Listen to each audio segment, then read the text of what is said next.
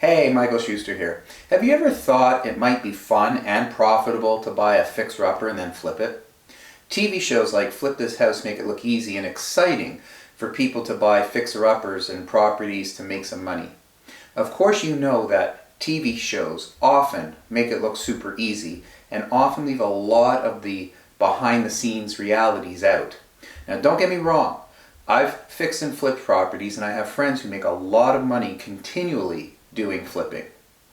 But inexperienced fixer-uppers and buyers really need to know a lot more about the process.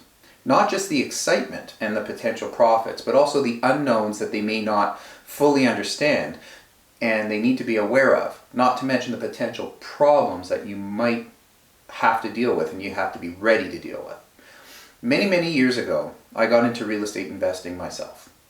I knew I had a lot to learn, so I hired mentors who were super successful in their own right to teach me. One of my favorite mentors was Robert Sheeman.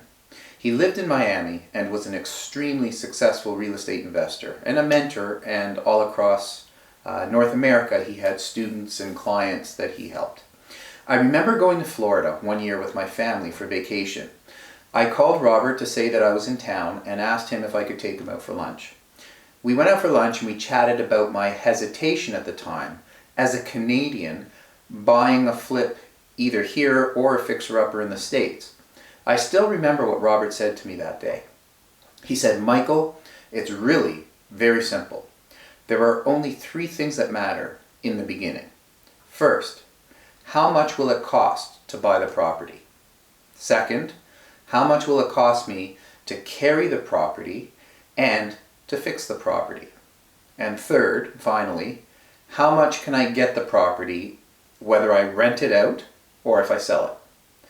Now there's more to it in order to answer each of those three questions, but he's absolutely correct. In order to decide whether or not you should buy a property, those are the three things that matter. For the first and the third questions, having a knowledgeable and an experienced and an honest realtor will help you fill in those blanks. But for the second question, you need your power team or list of contacts who you'd call to fill in those blanks and fill in your cost breakdown. This happens to be where the TV shows tend to skim over some of the important details. So let's take a closer look right now at some of the variables. First, you have to consider how hands-on or how much fixing up you actually want to do yourself. Fixer-uppers fall into three categories. Number one is cosmetic. Those require what we refer to as lipstick and mascara. They are in good, solid condition, but just need some cosmetic updates. And most of those cosmetic updates you can do yourself or hire someone for relatively a low cost or investment.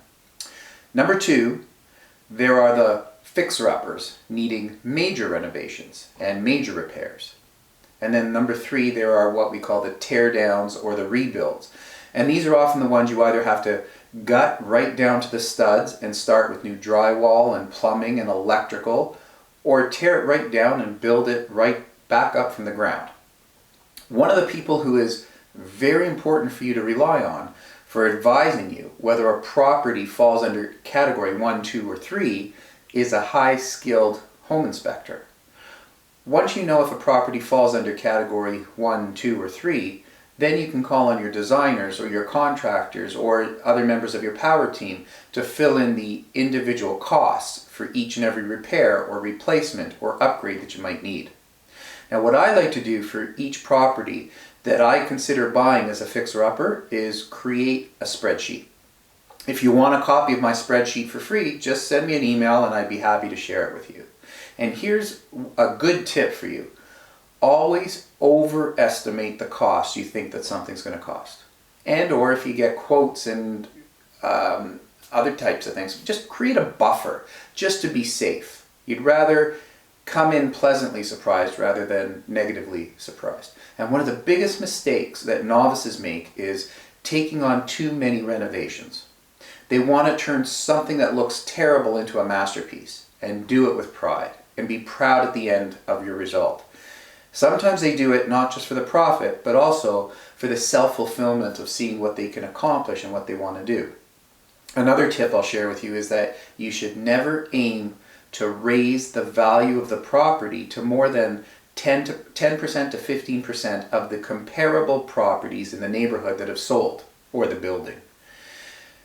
If the average comparable price for the same size property or the same type of properties, let's say $1 million, and you pick up a property for $850,000 and put $350,000 into fixing it up, so cost is now $1.2 million, and you want to make a profit, so you hope to sell it for $1,350,000. If the comparables are $1 million, people might go up to $1.1 million or $1.150,000 even if the property attracts the right buyer and you have a really good agent. But buyers who search for homes might not be in $1 million price range, might not be able to afford or justify paying $1,350,000 in that area. And for experienced buyers, they don't want the most expensive house in the neighborhood if it exceeds the next closest price by a huge margin, because it will be harder for them to sell in the future. So taking on a fixer-upper can be exciting and profitable, but it's not quite the same as you see in the TV shows or how they make it seem. If you would like to have a chat and fill in a lot of those blanks and a lot of those unknowns and the hurdles, things you need to consider, the related costs, please don't hesitate to contact me. I have vast experience with these types of flips and even have my own power team of people that you might need during the process if you're going to take this on, and I'm willing to share those people on the power team with you. They're the ones that will help fill in all the costs on that Excel spreadsheet so that you can determine whether or not you want to go ahead and buy a property. And remember, when it comes to real estate or any other experience or process in life, if there was a better way, wouldn't you at least want to know about it?